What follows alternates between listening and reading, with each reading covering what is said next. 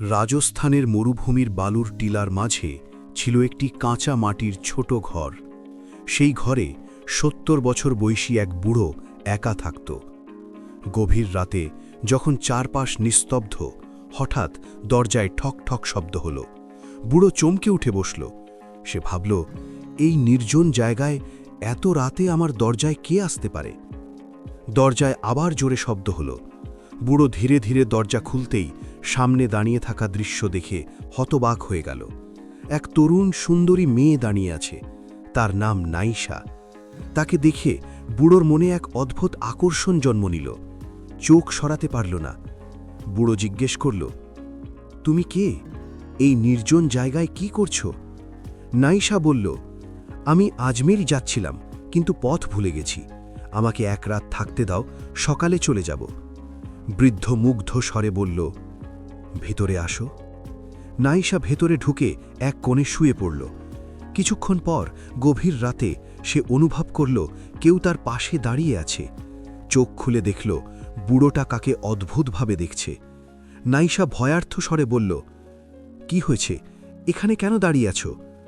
বুড়ো বলল, তোমাকে বালিশ দিতে এসেছিলাম, গলা ব্যথা হয়ে যাবে। সে বালিশ দিয়ে নিজের বিছানায় ফিরে গেল, কিন্তু রাতে নিজের সঙ্গে বলল, সকালেও চলে যাবে, তাকে আটকানোর কিছু করতে হবে।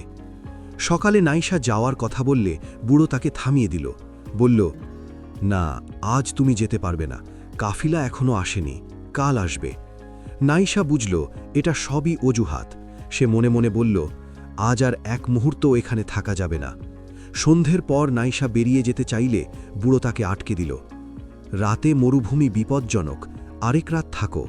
তার স্বরে ছিল চালাকি। নাইশার সন্দেহ আরও বেড়ে গেল। তবে বাধ্য হয়ে সে বলল, ঠিক আছে, এটা শেষ রাত। রাত গভীর হলে বুড়ো আবার কাছে গিয়ে নাইশার পা ছুঁতে লাগল। নাইশা নড়ে উঠলে সে দ্রুত পেছনে সরে গেল, আবার নিজের বিছানায় শুয়ে পড়ল। সকালে নাইশা আর সহ্য করতে না পেরে বেরিয়ে যাওয়ার চেষ্টা করছিল। তখনই তার চোখ পড়ল ঘরের এক কোণে বসে থাকা এক যুবকের উপর। পরিপাটি কাপড়, সুন্দর চেহারা। নাইশা হতভম্ব হয়ে জিজ্ঞেস করল, তুমি কে? যুবক ধীরে মুখ ঘুরিয়ে তাকাতেই নাইশা চিৎকার করে উঠল, এ তো আমার স্বামী আরমান। সে দৌড়ে গিয়ে আরমানকে জড়িয়ে ধরল, কান্নায় ভেঙে পড়ল। নাইশা জিজ্ঞেস করল, তুমি এখানে কিভাবে এলে? ওই বুড়োটা কোথায়? আরমান বলল, আগে দেখো বুড়োটা কোথায়। নাইশা পুরো ঘর খুঁজে দেখল, বৃদ্ধ নেই, যেন গায়েব। আরমান গভীর শ্বাস নিয়ে বলল, এবার তুমি জানতে চাও আমি কোথায় ছিলাম? সে বলতে শুরু করল, একদিন পথে আমার দেখা হয় এক বুড়ো আর এক সুন্দরী মেয়ের সঙ্গে। মেয়েটি ছিল রহস্যময়ী। আমি মজা করে বলেছিলাম, তুমি এই বুড়োর সঙ্গে কেন?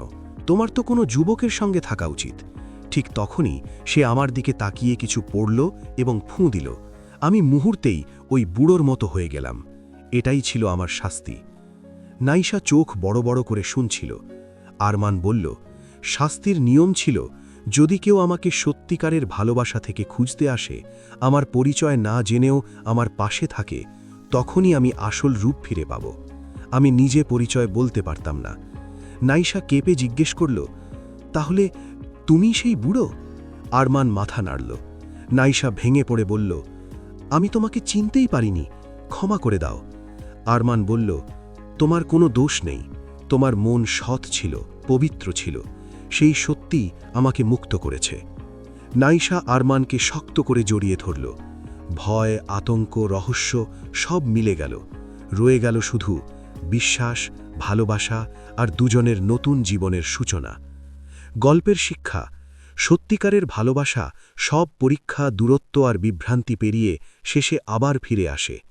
মানুষের আসল পরিচয় চেহারায় নয়, তার হৃদয়ের সত্যতায়। If you enjoyed this story, please subscribe to my channel for more.